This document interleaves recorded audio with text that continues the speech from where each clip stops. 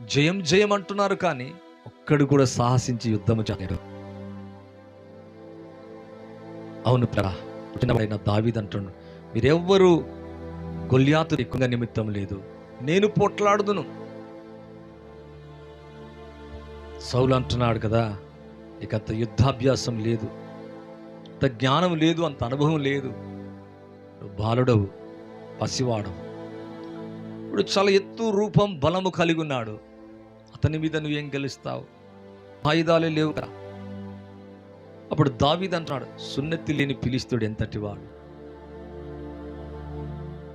అప్పుడు ఎలుబంట వచ్చింది, నా గొర్రెలను ఎత్తుకొని పోతా అంటే వాటిని తరిమి పట్టుకొని గడ్డం నుంచి రక్షించాను, అందులో ఒకని వంటి అతను. వాటి బ్రేవ్ గ్లోరియస్ ఫైత్ అంటే తనలో ఉన్నవాడిని చూసుకున్నాడు, తన మీద ఉన్న అభిషేకాన్ని చూస్తున్నాడు, తను దేవుని చేత ఏర్పరచబిడ్డాన్ని గ్రహిస్తున్నాడు. లోకంలో ఉన్న వాడిని చూస్తలేడు. చిన్నపిల్లలారా, దేవుని మీలో ఒకడున్నాడు, వెలుపట ఒకడున్నాడు. పరమందున దేవుడు మీలో ఉంటున్నాడు, లోకములో కాదు. లోకములో అంతటా ఉండొచ్చేమో కానీ నీలో ఉంటున్నాడు. దేని కొరకు తెలుసా? ఆనాడు దావీదు అన్ని యుద్ధం సంబంధించిన ఆయుధాలు, సరే వెళ్ళి యుద్ధానికి వెళ్ళంటే అవి నాకు వాడుకలేవు. కొన్ని నునుపైన రాళ్ళు తీసుకున్నాడట, 5 నునుపైన రాళ్ళు తీసుకుని ఒక రాయితో కొట్టగా బుర్ర పడిపోయిందంట. ఈట లేదు. ఈ దినమున దేవుడు నాకు అప్పగించబోతున్నాడు నిన్ను, నీ మాంసాన్ని ఆకాశ పక్షులకు మృగాలకు వేస్తాను. ఇప్పుడు గొల్యాతు అంటాడు, నేను కుక్కనా ఏంటి, కర్ర పట్టుకొని వస్తున్నా, దగ్గర కత్తి ఉంది, దగ్గర డాలు ఉంది. ఈ పైరూపకంగా కనబడే లోకములో ఉన్నవాని చూచి, వాని ఎత్తును చూచి దావీదు బెదరటం లేదు, భయపడలేదు. ఉన్నవాని చూస్తున్నాడు, తన మీద ఉన్న అభిషేకాన్ని చూస్తున్నాడు. ఉన్నవాని కంటే గొప్పవాడు కనుక మీరు వారిని జయించున్నారు. 5 రాళ్లలో నునుపైన ఒక రాయి తీసుకొని విసిరి కొట్టగా వాడు నుదుటన తాకగా బోర్లబడ్డాడంట. సమస్య తీరిపోయింది, భయం తొలగిపోయింది. ఒకే ఒక దెబ్బకు ఆ రాయితో కొట్టగా నుదుటన చొచ్చి బోర్లపడి చూస్తాను. అవును ప్రియులారా, క్రీస్తు అనే రాయి నువ్వు కలిగి ఉండాలా. ఆయన మూలకు తలరాయి, అమూల్యమైన రాయి. ఈ రాయి కానీ తన సైన్య కానీ తన బిడల్ని కానీ వ్యతిరేకంగా లేచింది కానీ ఏది నిలబడలేదు. తిరస్కరించిన ప్రతి రాజ్యమైన, రాజైన, అధిపతి అయినా, సమస్య అయినా బోర్ల త్రోయబడవలసిందే. విజయం నీకు కలుగుతుంది. అవును ప్రియులారా, దావీదు విజయము చేరువకు వెళ్ళాడు. అందరూ భీతిల్లిపోయారు, భయపడిపోయారు, పారిపోయారు. 40 దినాలు ఒక్కడైనా సాహసించలేదు. 40 దినముల శోధన క్షణమాత్రములు ముగిసిపోయింది. అనేక దినాలు, అనేక సంవత్సరాల నుంచి వచ్చే నీ కష్టం, ఈ సమస్య పూర్తిగా నీ నుంచి నిర్మూలం కాబోతుంది. దావీదుకు తెలుసు, తనకు తెలుసు, సున్నతి లేని ఫిలిష్తీయుడు ఎంతటి వాడు.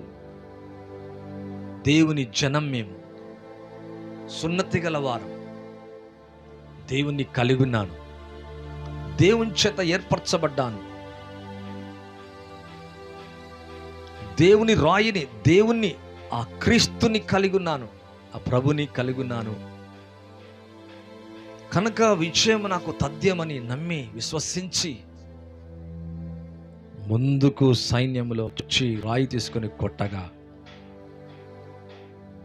బోర్లబడి వాని కత్తి తీసి తల తెగవేసి చేతులతో పట్టట్టుగా యెహోవా పేరానికి వస్తున్నాను. దావీదు విజయాన్ని చూశాడు. సాదృశ్యంగా యేసు ప్రభు శిలువలో చేసేదాన్ని గొల్యాతుని చితక్కొడుతున్నాడు. గొల్యాతు తల తెగవేస్తున్నాడు, తలనే కొడుతున్నాడు. అవును, ఒక దినాన యేసు ప్రభు వచ్చి చేసేది అదే కార్యం. శిలువలో యేసు ప్రభు చేసింది అదే. శత్రువుని తల చితగ్గొట్టాడు. వాడు ఓడిపోయాడు ఆల్రెడీ. Defeated, Satan defeated. అయినా ప్రజలు భయపడుతున్నాడు. నీ సమస్య నీ నుంచి ఎప్పుడూ ఓడిపోయింది. దావీదు వీరికి విజయాన్ని ఇచ్చాడు. ఇశ్రాయేలు ప్రజలకు నెమ్మది చేకూర్చాడు. కలవరం తొలగిపోయింది ఇశ్రాయేలు ప్రజల్లో. దావీదు చేసిన గొప్ప కార్యాన్ని బట్టి ప్రజలందరికీ విడుదల కలిగింది, నెమ్మది కలిగింది. ఇక నో మోర్ గొల్యాత్. నీ జీవితంలో no more devil, no more. సమస్యలే లేకుండా చేయాలి. విజయము నీ చేరువ కాబోతుంది. రాయి తీసుకొని కొట్టగా విజయం సొంతమైపోయింది. విజయంలో ప్రజల్ని నడిపించాడు. 40 రోజుల శోధన 40 ఏండ్ల నెమ్మదికి కారణమైపోయింది. కొంచెం బహు సంవత్సరాలకు ఆశీర్వాదకరంగా మారబోతుంది. అవును ప్రియులారా, దేవుని సైన్యాన్ని తిరస్కరించింది ఏది కనగలే. దేవుని సైన్యాన్ని, దేవుని చేత విమోచించబడ్డావు, దేవుని చేత రక్షించబడ్డావు, ఏర్పరచబడ్డ బెడలం మీలో ఉన్నవాడు కనుక వారిని జయించినారు. ఇదే 1 యోహాను 5:8 ప్రేమించాడు, ఆ మూలంగా వారిని ప్రేమించును. ఇది 5:5లో కూడా చూసినట్టయితే యేసు దేవుని కుమారుడు నమ్మువాడు తప్ప లోకమును జయించేవాడు మరెవడు. అవును, తప్పక నీవు నిశ్చయముగా విజయం నీదే. 1 యోహాను 3:9 దేవుని మూలంగా పుట్టాలో ప్రతి వాళ్ళు ఆయన బీజం నిలుచును గనక వాడు పాపము చెయ్యడు, వాడు పాపము చెయ్యజాలడు. ఎందుకంటే దేవుని మూలంగా పుట్టాడు. దేవుని నమ్మితే, ఆయనలో జన్మిస్తే, ఆయన బీజం నీలో ఉంటే పాపం నీ మీద ప్రభుత్వం చెయ్యదు, జయించదు. వాడు దేవుని మూలంగా పుట్టినవాడు కాక పాపము చెయ్యడు, చెయ్యజాలడు. పాపాన్ని తీసివేస్తున్నాడు. రోగం మీద నీకు విజయాన్ని ఇస్తున్నాడు. మరణం మీద, భయం మీద, ప్రతి క్యాన్సర్ కూలిపోనిగాక, ప్రతి AIDS, kidney problem, heart problem యేసు నామములో తొలగిపోనుగాక, బ్రేక్ అవునుగాక, కూల్చబడునుగాక. బోర్ల త్రోయబడ్డాడంట. What a blessing. లైఫ్ జీవితం గొప్ప విజయాన్ని విశ్వాసము ద్వారా చూడబోతున్నావు.